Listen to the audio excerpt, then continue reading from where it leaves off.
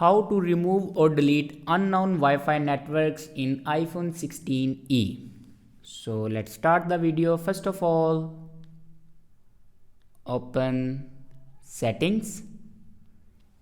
In settings, here you can see the option Wi-Fi. Now click on Wi-Fi, and if you want to remove or delete non-Wi-Fi networks, then on top right corner you can see the edit icon. Now click on edit, and here enter your face ID, and here you can remove your non-connected Wi-Fi networks. Now simply click on minus and then click on delete. Minus and delete. So this is the way to remove or delete non-Wi-Fi networks in iPhone 16e.